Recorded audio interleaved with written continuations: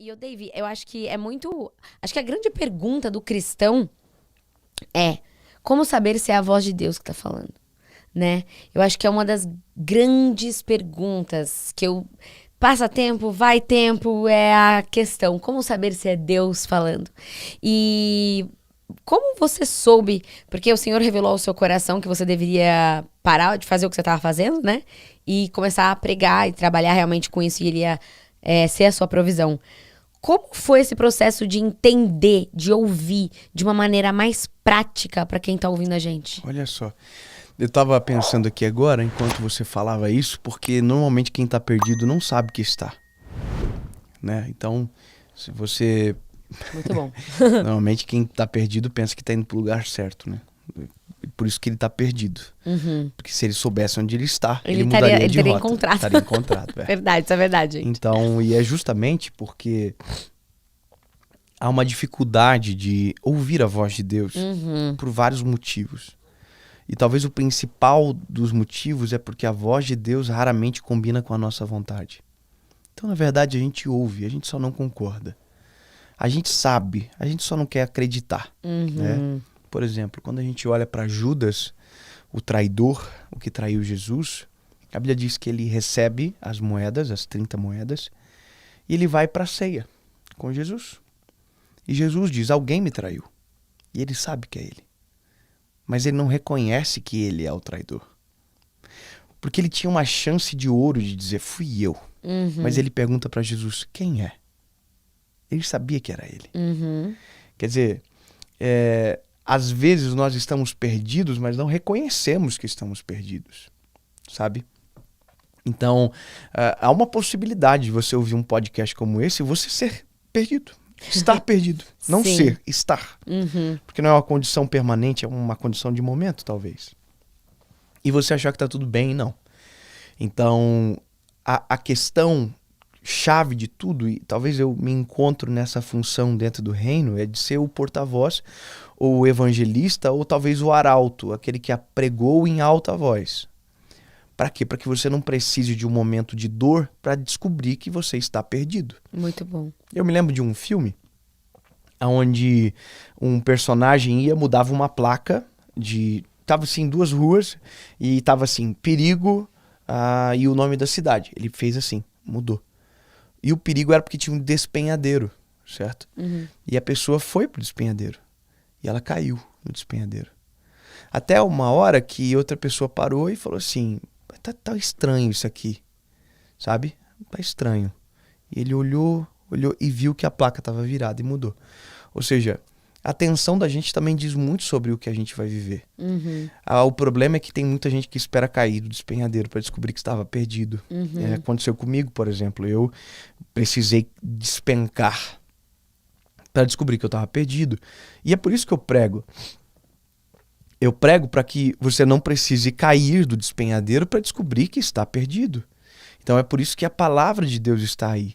Agora, dentro nessa figura de não ouvir a voz de Deus, né, de como ouvir a voz de Deus, eu acho que é muito sério isso, porque em uma geração onde tem gente que diz que não sente, que não ouve, que não consegue sentir da mesma forma, a preocupação é, será que Deus está falando ainda ou Deus está de mal com a minha geração?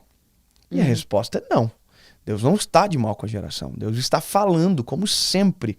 A Bíblia diz que os seus ouvidos não estão fechados, tapados, e as suas mãos não estão encolhidas. Ou seja, o Senhor está.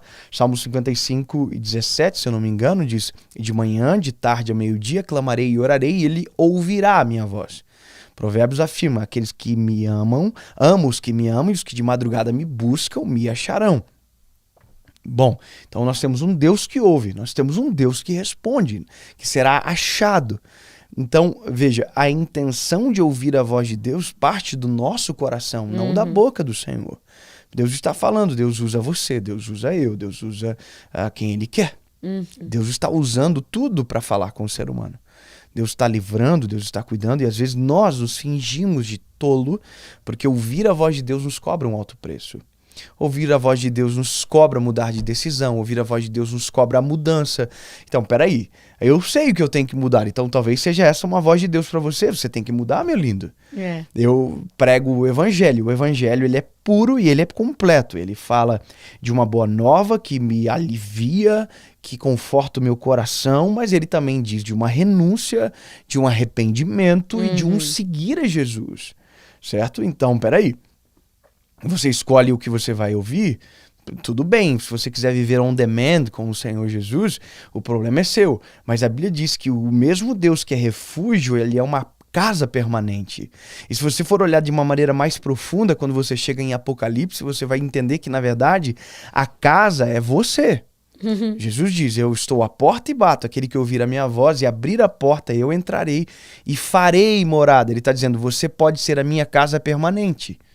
Então, ou você vira um Airbnb, aonde o Senhor se aloja por um pouco de tempo, e aí quando você quer, você expulsa ele, ou você vira uma casa permanente dele.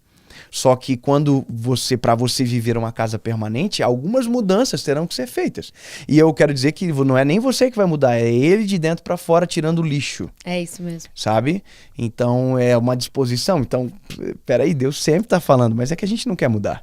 A gente quer viver a mesma prática, a gente quer viver a mesma vida, a gente quer ser a mesma pessoa, a gente quer continuar transando com a namorada, a gente quer continuar falando mal do irmão, a gente quer continuar com o mesmo coração invejoso. Então, lindo, desculpa, Deus está falando, mas na verdade quem está se fingindo de tolo é você. Muito bom, Deus. Sabe? Então Deus sempre está falando.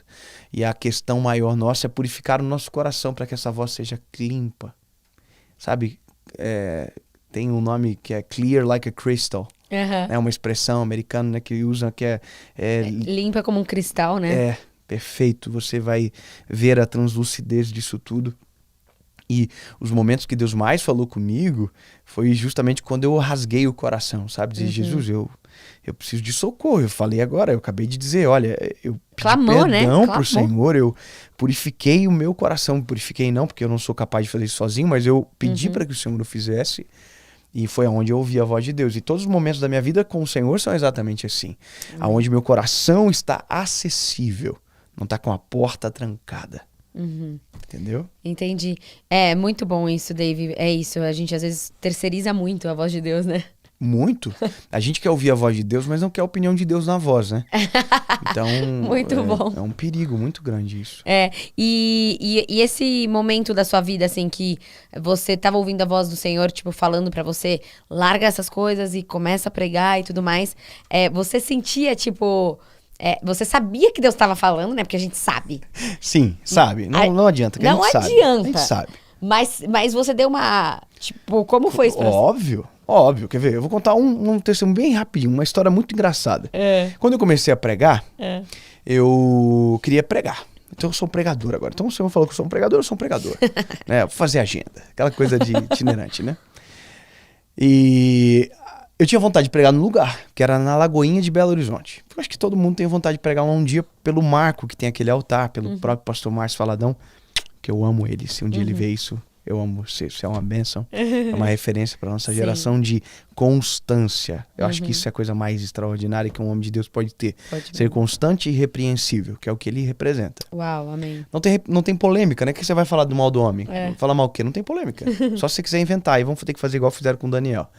Então... eu tinha um sonho de pregar lá. E aí, o que eu fiz? Um lobby. O que é o lobby? O lobby é a forçação de barra de um relacionamento para tentar chegar no lugar que você quer. Entendi. É o que a gente chama de networking hoje. Network é o lobby. Ele pode se transformar num lobby. Ele não é. Ele pode se transformar num lobby terrível. De tentar forçar aquilo que não é o tempo para você viver. E aí eu entrei em contato com um amigo meu e falei assim, cara, eu tenho um sonho de pregar lá. Eu sei que você conhece gente que é de lá.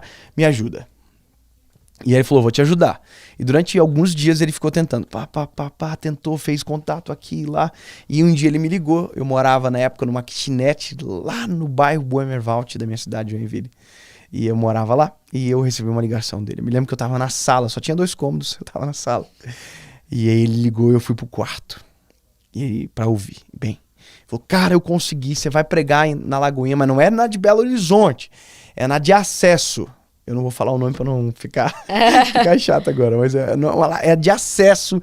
Só que se você pregar lá e você ir bem, cara, Deus te usar, você vai acabar pregando na Lagoinha. Eu falei, yes, top, Uma cara, não, oportunidade. fechou, eu vou e tal. E aí eu desliguei o telefone e o Espírito Santo falou comigo na hora, assim, imediatamente, não vai, porque não é a hora. Uau. Eu falei, não é Deus que tá falando comigo. Entendeu? É isso Entendi. aqui. Porque, poxa, peraí, é o meu sonho, então não pode ser Deus falando comigo. E aí o Senhor falou isso aqui comigo. Se você quiser tomar conta do seu ministério, eu te devolvo. Aí eu saí pra sala, minha esposa tava lá, eu falei, amor, eu vou pregar na Lagoinha. Que legal, né? Porque eu queria ouvir dela, né? Ela, sério, amor, que legal e tal. Pois é, mas Deus falou comigo agora. Que eu falei, não, eu ir. E eu queria que a minha esposa falasse assim pra mim, não, é coisa da sua cabeça. Ela falou exatamente isso aqui. Se Deus está falando pra você não ir, não vá. Aí eu falei, puxa vida. Ela só confirmou aquilo que você já sabia, mas você não tava querendo ouvir. Aí eu, com o coração revoltado, liguei pro meu amigo e falei, cara, Deus falou comigo pra eu não ir. Ele falou, rapaz, tu é maluco? Eu gastei todos os meus contatos pra você ir nesse lugar, você não vai ir agora? Eu falei, cara, Deus falou pra mim que é pra eu não ir. Eu não tô disposto a colher o ônus da desobediência, cara. Me desculpa, eu não vou ir e tal. Me perdoa, ele ficou chateado comigo uma semana mais ou menos, e eu não fui. E é só essa a história. Não tem nada bonito no final. Não, porque a pessoa vai dizer assim, mas- mas então o que aconteceu no outro Não dia? foi. Você... Eu não só fui, eu obedeci, eu não fui. Aí você vai dizer, você foi? Fui. Depois. Fui anos depois. O Senhor na hora certa me levou. Você não precisou Sabe? forçar. Não precisei forçar. E Provérbios vai dizer que é muito melhor a mesa que você é convidado para estar nela, porque há honra do que a mesa que você senta como alguém que não foi chamado. Ou seja, eu iria viver um processo fora da hora, não seria honrado da mesma maneira. Deus não me daria a palavra provavelmente que eu precisaria para aquele momento, porque não era a hora. Não que Deus, talvez Deus daria, porque por misericórdia das pessoas, Deus sempre faria isso. Mas eu não Você ia viveria a mesma experiência, eu atropelaria. Então, quando Jesus falou para mim que eu teria que tomar a decisão, na minha formatura Deus falou comigo. Uau, que Sabe, demais. eu fui o orador da turma, eu tava dizendo, olha, daqui sairão doutores, juízes, advogados, embargadores, e o Senhor falou comigo, daqui vai ser um pregador da minha palavra. Então, nada a ver. Aí na hora você, tipo assim... Na hora ficando não, louco. pior que na hora eu dei uma choradeira em mim. Ah, é? Puxa, me deu uma choradeira, me deu um desespero. E todo mundo pensou que eu tava emocionado por causa do discurso. E na verdade eu tava em Nárnia. Eu tava ouvindo Jesus falando comigo e tal. E eu formei e eu fiz exatamente o que Jesus falou. Me cobrou um alto preço. Eu tive que tomar umas decisões muito drásticas, passar vergonha, ser, sabe, motivo de vergonha pra muita gente, inclusive da minha família, que não acreditavam. E, bom, Deus fez.